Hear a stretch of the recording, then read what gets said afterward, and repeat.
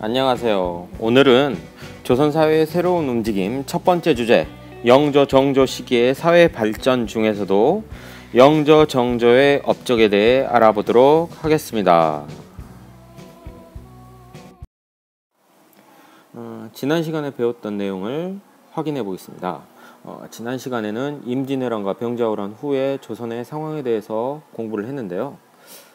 일단 확인해 봅시다. 일단 임진왜란과 병자호란 후에 조선은 큰 전쟁으로 인해서 인구가 감소하고 농토가 축소되었습니다. 그리고 백성들의 삶이 힘들어졌고 이로 인해서 나라의 살림 또한 어려워졌다는 사실을 알 수 있었습니다.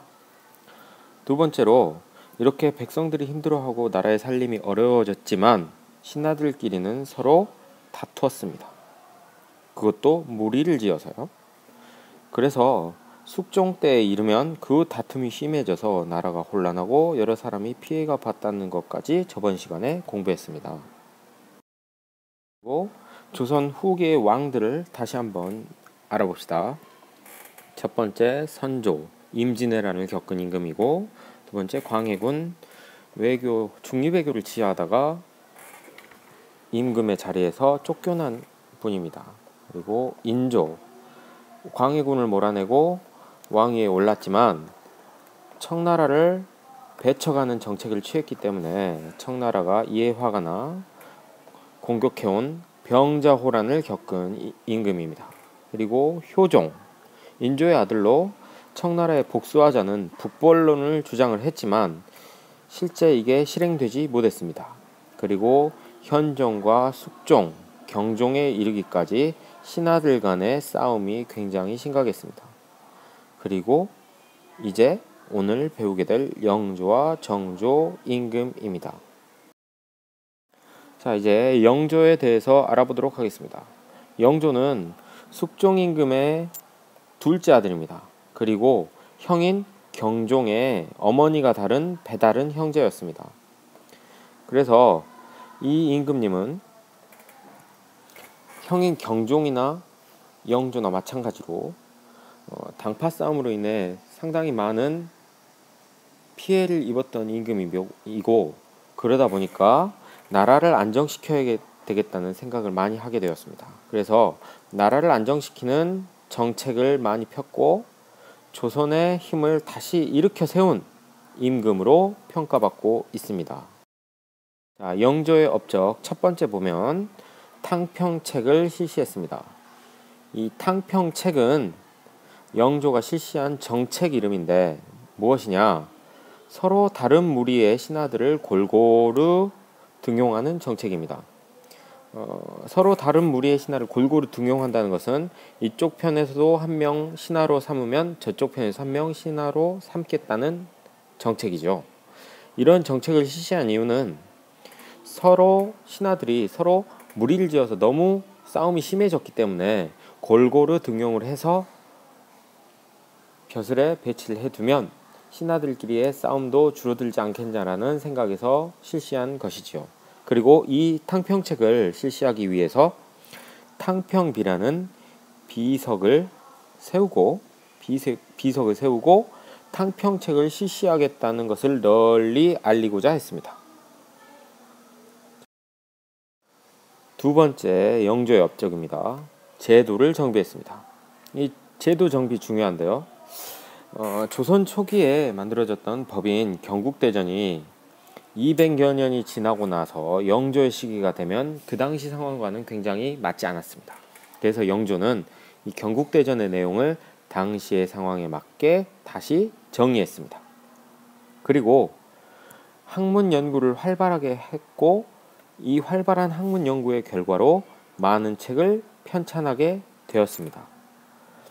영조 개인적으로도 학문을 좋아한다고 하더라고요. 그래서 영조가 학문을 연구하는데 많은 힘을 보탰다고 합니다.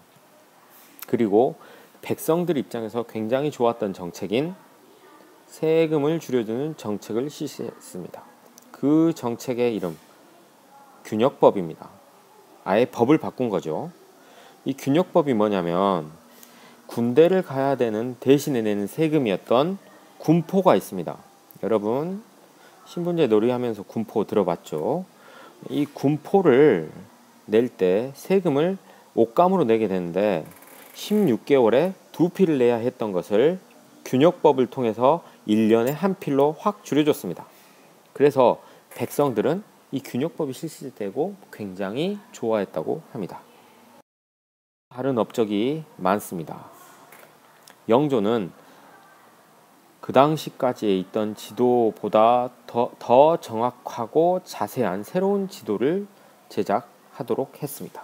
그리고 사형수를 처형하기 전에 3번 재판을 하도록 해서 사형수가 억울한 일을 당해서 사형을 당하는 사람이 없도록 조치를 했습니다. 그러니까 정확하게 재판을 하도록 한 것이죠. 그리고 그 당시까지 있었던 굉장히 가혹한 형벌들을 없앴습니다. 요즘과 달라서 조선시대는 죄인을 잡아오게 되면 형벌을 가하면서 그 죄를 밝히도록 했습니다. 그러다 보니까 인간적이지 못한 가혹한 형벌들이 굉장히 많았다고 합니다. 이걸 다 정리하고 개선한 사람이 바로 영조 임금입니다. 그리고 노비가 상민이 될 수 있도록 하는 것도 만들었고요. 영조는 백성의 생활을 개선하는 데 굉장히 많은 노력을 했습니다. 여기까지 영조의 업적이었고요. 정조입니다. 정조는 영조 임금님의 손자입니다. 이상하죠? 보통은 아들이 왕을 하잖아요. 그런데 정조는 영조 임금의 손자였습니다. 그러면 정조 임금의 아버지가 있겠죠. 바로 사도세자입니다. 이 사도세자는 원래 영조의 다음 때의 왕이 될 인물이었으나 중간에 비극적인 일을 당하고 죽습니다. 이 이야기는 지금 여기서 다 할 수 없기 때문에 여러분이 각자 알아보는 게 더 좋을 것 같습니다. 이 정조 임금은 영조가 일으켜 세운 조선의 힘을 바탕으로 해서 개혁을 하고 신하들 간의 통합을 하여 조선 후기의 전성기를 이룬 임금입니다. 자, 정조의 업적을 살펴봅시다. 일단 정조는 왕권이 강해져야 나라가 좋아진다라고 생각해서 여러 가지 개혁을 실시했습니다. 왕권이 강화되면 나라가 편해진다? 이상하죠? 그런데 학자들이 연구해 보니까 정조라는 임금님이 굉장히 똑똑하고 공부를 많이 했다고 합니다. 그래서 정조와 신하들 간의 토론이 벌어지면 누구도 정조 임금의 말을 당해내지 못했다고 하네요. 그만큼 똑똑한 사람이기 때문에 왕권이 강해지는 게 나라에 좋다라고 생각했겠죠. 그래서 많은 개혁을 실시하게 되는데요. 이 개혁을 위해서 많은 인재를 뽑습니다. 그리고 인재이긴 한데 서울 출신이어서 벼슬을 할 수 없는 사람들에게도 벼슬을 할 수 있는 기회를 줬습니다. 이 서울이란 게 뭐냐면 양반의 아들 중에서 첩의 자식, 특히 아버지가 양반인데 어머니가 상민이나 천민이었던 사람들이 있습니다. 이런 경우를 서얼이라고 하는데요. 이 서얼은 양반은 양반인데 벼슬을 할 수도 없고 양반 취급도 못 받았던 게 조선시대의 현실입니다. 이런 걸 개선하고 서얼들도 벼슬의 기회를 주었던 사람이 바로 정조입니다. 그래서 이 서얼들 누가 정조의 부름을 받아서 벼슬을 하게 됐냐? 이덕무, 유독공, 박제가 이런 사람들이 서얼 출신으로 벼슬을 하게 된 사람들입니다. 그런데 이 사람들은 나중에 또 실학을 배울 때 굉장히 자주 등장하는 인물이니까 미리 이 이름을 알아두는 게 좋겠죠. 또 다른 업적은 규장각을 설치한 겁니다. 이 규장각은 왕실의 도서관이고 연구기관이었습니다. 한마디로 정조가 개혁을 하려는 것을 도와주는 역할을 하는 기관인데요. 정조가 직접 선발한 관리들을 모아서 정조의 개혁을 돕는 역할을 하도록 했던 것이 바로 이 규장각입니다. 아래에 있는 사진, 규장각의 모습입니다. 이 규장각은 궁궐 안에 있었던 것이죠. 그래서 이 규장각에는 그 당시 조선에서 구할 수 있었던 거의 모든 책들이 다 들어있었다고 합니다. 그리고 정조의 업적, 수원에 가면 화성이라는 조선시대의 성이 있습니다. 정조 때 세워진 겁니다. 정조의 업적, 화성 건설이 있습니다.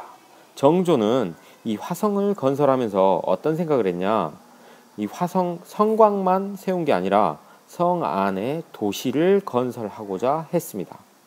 물론 그런 계획까지 다 잡아놓고 있었지요. 왜 이런 도시를 만들려고 했냐면 군사, 상업, 농업의 중심지로 만들려고 했던 것이지요.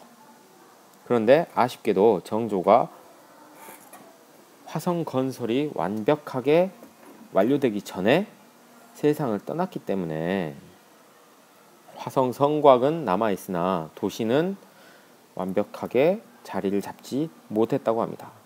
하지만 정조의 화성은 지금 현재 우리가 문화유산으로서 잘 이용하고 있고 심지어 유네스코 세계문화유산으로 등록되어 있습니다.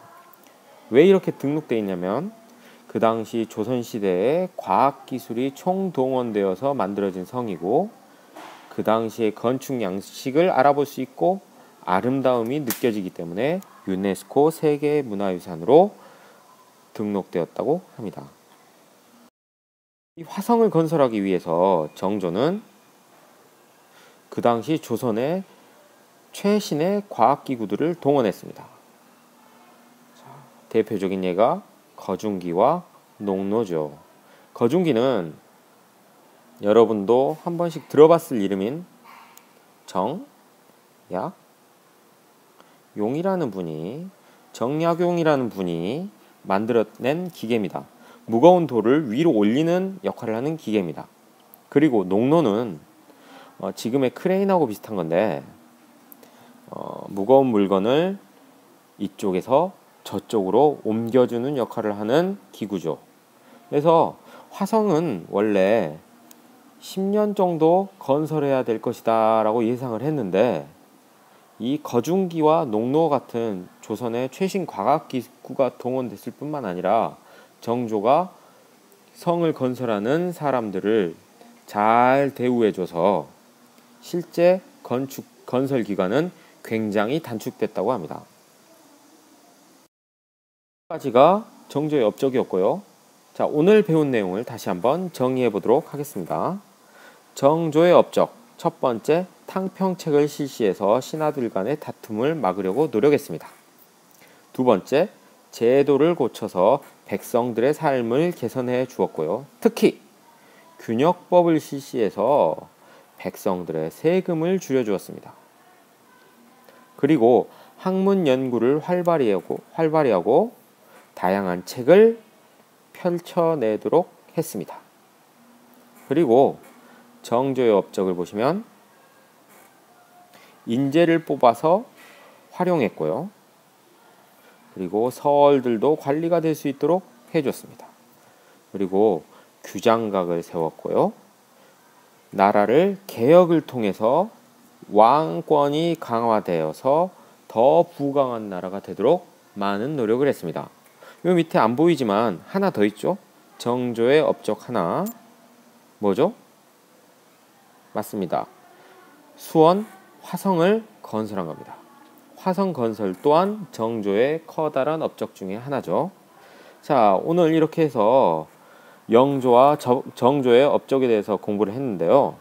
자, 이해가 안 되는 사람은 다시 한번 동영상을 살펴보거나 교과서를 읽어보면서 다시 정리해 보도록 합니다. 그리고 또 궁금한 내용이 있다면 적어놨다가 수업 시간에 선생님한테 질문을 해주세요. 자, 들어주느라 수고하셨습니다.